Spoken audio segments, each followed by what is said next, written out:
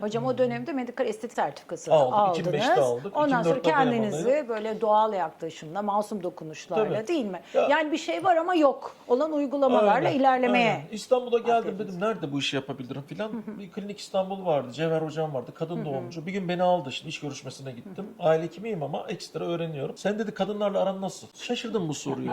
Ben şunu soruyor. İletişim önemli, samimiyet Tabii önemli. ki, Bunu soruyormuş. tabii Hocam ki. iyidir dedim yani. İşte de en önemli şey dedi. Kişinin ne ihtiyacı var? Aynaya baktığında mutsuzluğu, Aynen. umudu, eksiği nedir? Çok Bunu doğru, bir öğreneceksin. çok doğru. Her hastanın, danışanın istediğini yapmamak lazım. Çünkü günümüzde estetik hastalığı Bravo, da var. Ölümler bravo, var biliyorsunuz. bravo. Zayıf anoreksiden eklozdan kaybettik. Tabii Neydi ki. bayanın ismi?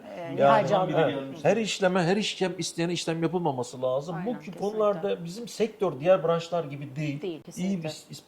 yani iyi takip etmek, bakmak lazım. İhtiyacı olan uygulamaları, tedavi uygulamaları önermek lazım. Tabii. Sorularla Evet. göreceğiz zaten. Evet, Onları evet, hazırladık. evet.